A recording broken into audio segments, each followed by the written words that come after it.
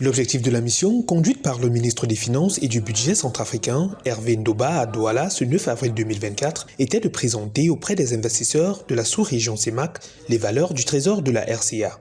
L'opération vise à lever 200 milliards de francs CFA sur le marché des capitaux de la BEAC, la Banque des États de l'Afrique centrale, en bons et obligations. L'enveloppe devrait permettre de financer les besoins de trésorerie en 2024, financer les projets prioritaires de l'État contenus dans le Plan national de développement et apurer une partie de la dette intérieure. Pour l'exercice budgétaire 2024, le besoin de financement exprimé dans la loi des finances passe de 100 milliards de francs CFA en 2023 à 200 milliards de francs CFA en 2024. Ainsi donc, l'État compte lever sur le marché des valeurs du Trésor à travers les bons et obligations du Trésor assimilables, un montant de 100 milliards de francs CFA. La mobilisation de la somme de 100 milliards de francs CFA supplémentaires sous la forme d'emprunts obligataires sur le marché financier se précisera en fonction de la bonne tenue des paramètres d'endettement et de solvabilité.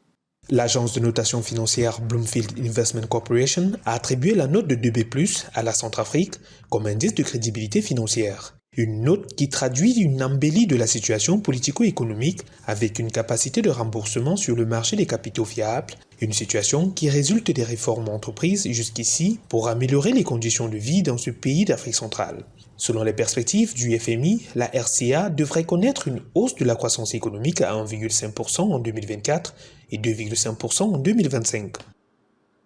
En plus des réformes des finances publiques, le gouvernement a engagé des actions importantes pour améliorer le climat des affaires afin d'attirer les investissements privés nationaux et internationaux et lutter contre la corruption.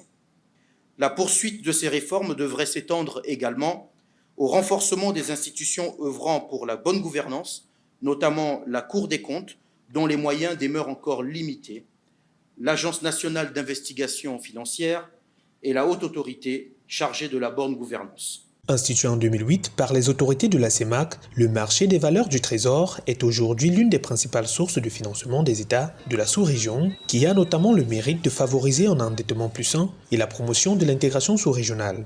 En une décennie sur ce marché, la RCA n'a jamais enregistré de défaut de remboursement.